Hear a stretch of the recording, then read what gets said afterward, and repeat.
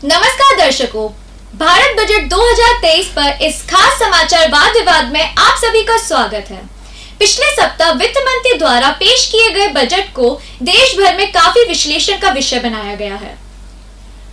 इसके परिणाम और प्रभाव को पर चर्चा करने के लिए हमारे साथ कई विशेषज्ञों का एक पैनल मौजूद है।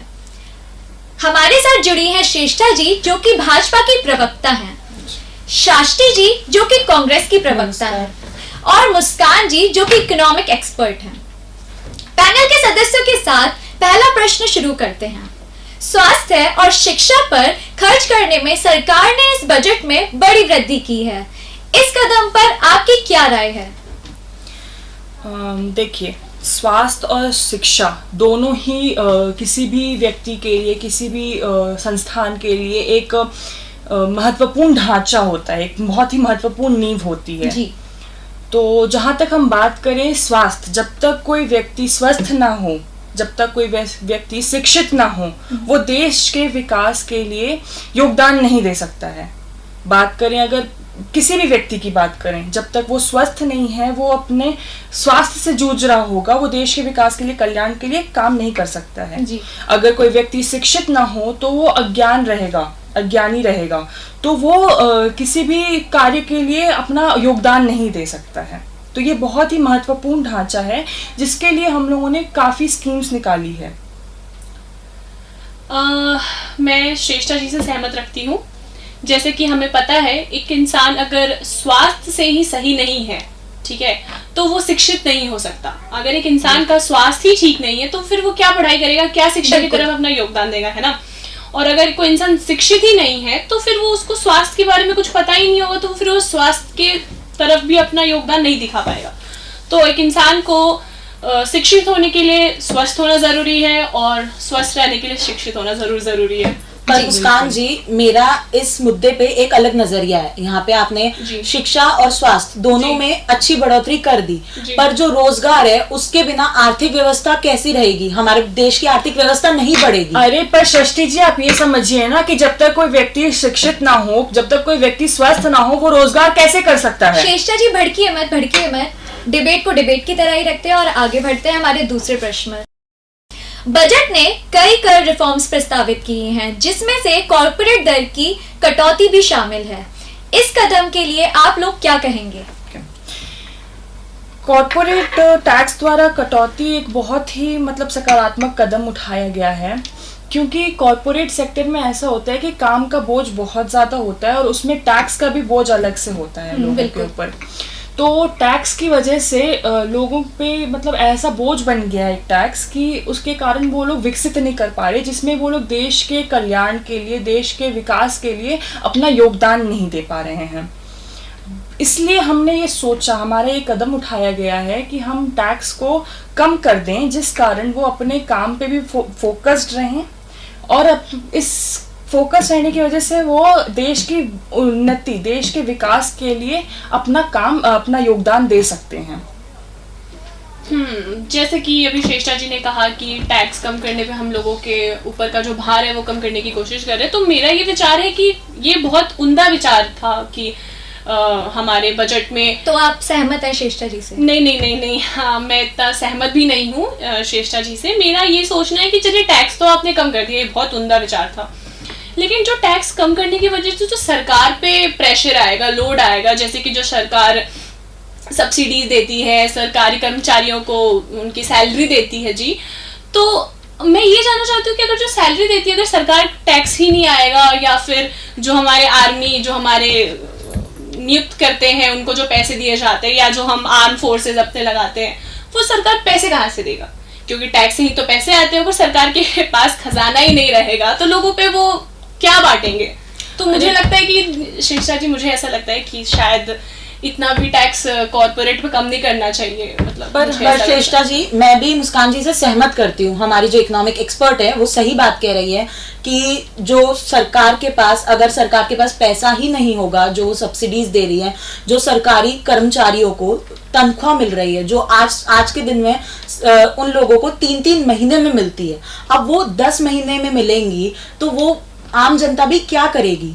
वो लोग कैसे अपना पर घर आप चलाएंगे? मेरी बातों का गलत मतलब नहीं ये नहीं इसलिए अरे कर बट रहे हैं एक मिनट, लेकिन अगर आप जो कॉर्पोरेट क्षेत्र में आप कम कर रहे हैं टैक्स, तो बाकी क्षेत्रों में भी तो करना चाहिए ना। मेरा कहने जी, का मतलब ये श्रेष्ठा है कि जी corporate बात को sector में यहीं पर ही ज्यादा- खत्म करते हैं, इस मुद्दे पर और भी बात चर्चा करेंगे।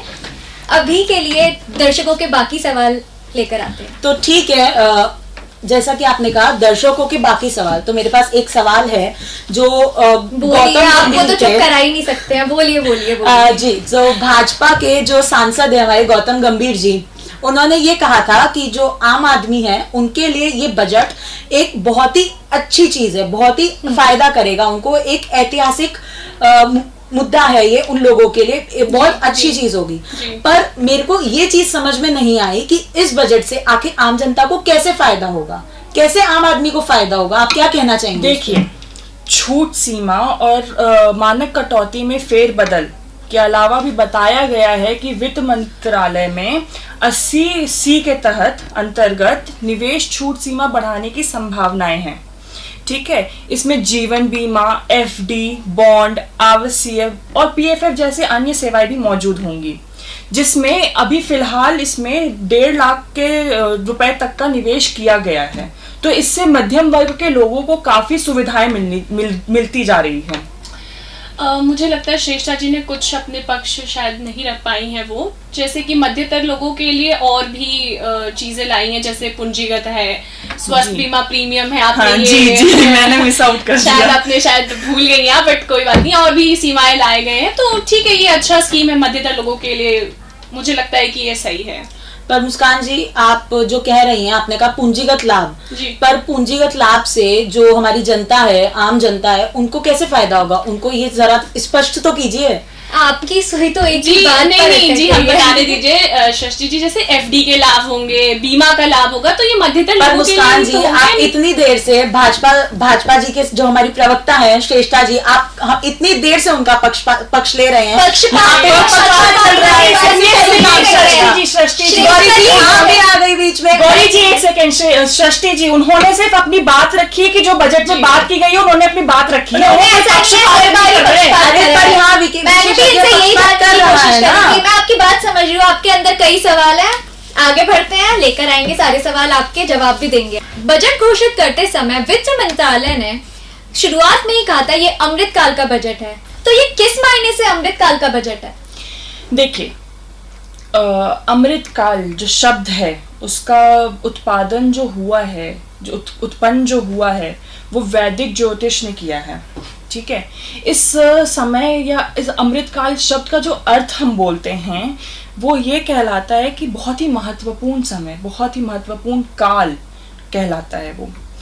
तो इस शब्द का सबसे पहले बार इस्तेमाल हमारे प्रधानमंत्री श्री नरेंद्र मोदी जी ने अपने 75वें स्वतंत्रता समारोह के दौरान 2021 में किया था। जी बिल्कुल। ठीक है, मोदी जी ने अगले 25 वर्षों के लिए जो भारत का एक रोड मैप बनाया था, उस दौरान उन्होंने ये शब्द का इस्तेमाल किया था। तो हमारे बजट में जो हम 7 क्षेत्र लेके चल रहे हैं, उन 7 क्षेत्रों को लेकर चलने का काल जो हमने बनाया है, उसे हम अमृत काल बता रहे हैं, उसे हम अमृत काल घोषित कर रहे हैं। आप तो अपने फैक्ट से काफी फैक्ट्स लेकर आए हैं। जी सर, बिल्कुल। शास्त्री जी, आप क्या कहना मैं चाहेंगे? ये कहना चाहूंगी इसमें, जो इन्होंने कहा 7 क्षेत्र बहुत बड़ी बात होती है। 7 क्षेत्र, आप एक बहुत बड़ा दावा कर रहे हैं कि 7 क्षेत्रों में विकास करेंगे। तो आप क्या कहना चाहते हैं? मैं ये कहना चाह रही हूँ कि इनका ये जो दावा, नहीं जी, नहीं, मैं ये नहीं कह रही इनका दावा है झूठा है, वो तो आने वाले वक्त में पता चल ही जाएगा क्या झूठा क्या सच्चा। पर मैं ये कह रही हूँ कि जो ये बोल रहे हैं 7 क्षेत्रों का विकास, तो वो 7 क्षेत्रों का विकास कैसे होगा वो तो इन्होंने अच्छे से बताया नहीं। अपने फैक्ट्स तो ये पढ़ रही हैं, सिर्फ फैक्ट्स पढ़ने से क्या होगा, वो चीजें भी तो बतानी चाहिए ना।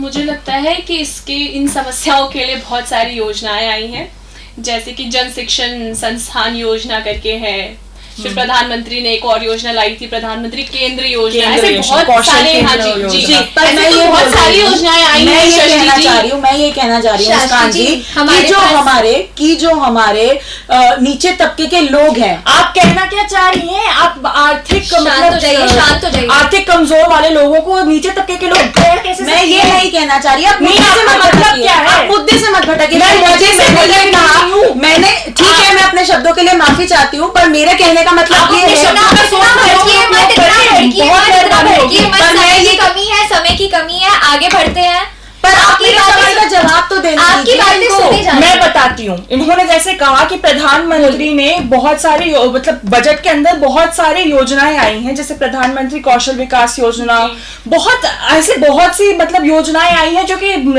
आर्थिक से मतलब जो आर्थिक कमजोर लोग हैं उनके लिए सहायता देंगी। जी। ये आप अपने शब्दों का सोच समझकर उपयोग किया कि जैसे मैंने उसके लिए पहले ही माफी मांग ली, मेरी गलती है, मैं माफी चाहती हूँ, पर मेरी बात का ढंग से जवाब तो दीजिए, आखिर इससे विकास कैसे होगा? मैंने अभी तो बताया कि उनके लिए बहुत सारी योजनाएं आई हैं। शास्त्री जी, श्रेष्ठा जी, मुस्कान जी को भी बोलने का मौका दीजिए। मैंने तो बताया ही, जैसे कि बहुत सारी योजनाएं, अभी हमने श्रेष्ठा जी का विश्लेषण किया कि बहुत सारी योजनाएं आई हैं शशि जी, तो आप उनको भी तो देखिए। आप तो आपने भूल जा योजनाएं रही तो हैं। दी है, पर जो लोग हैं उनको कैसे सीखने को मिलेगा उन सब बातों के बारे अरे में? हम लोगों को इन ट्रेन बच्चों का- करेंगे, हम लोगों को ट्रेन करेंगे, उनके स्किल को डेवलप करेंगे, जिससे उनकी उन्हें रोजगार मिलेगा। जब लोगों को रोजगार मिलेगा तो वो ऑटोमेटिकली कंट्री के डेवलपमेंट के लिए अपना वही योगदान ट्रेनिंग के देंगे। लिए, पर वही ट्रेनिंग के लिए श्रेष्ठा जी, आपकी बात भी सुनी जा रही है, हमने बहुत बातें कर ली है, इस चर्चा को यहीं पर ही समाप्त कर। अरे पर आप हर वक्त मुझे चुप कर दे रही हैं। एक शहर में पक्षपात चल रहा है, हमारी इकोनॉमिक एक्सपर्ट ने भी आपका समर्थन किया है, ये पक्षपात का आरोप नहीं लगाइए यहाँ पे। रहने दीजिए। आप एक तो मुझे बार बार चुप कर दे रही है, ना मुझे ऐसी कुछ बात बोलने नहीं है, दे रही है, आपकी बोल बात रही है, सुनी जा समय रही है, खत्म हो गया है। आपकी बात सुनी जा रही है और अगली बार आपको जरूर बोलने का मौका दिया जाएगा। रहने दीजिए, आप मुझे बुलाइएगा ही मत अब की साइड से पैनल पे। इतना मैं नहीं आऊंगी, आप मुझे बोलने। चलिए आज के लिए बस इतना ही, मिलते हैं आपसे अगले हफ्ते इसी समय पर, तब तक के लिए आप सभी को नमस्कार।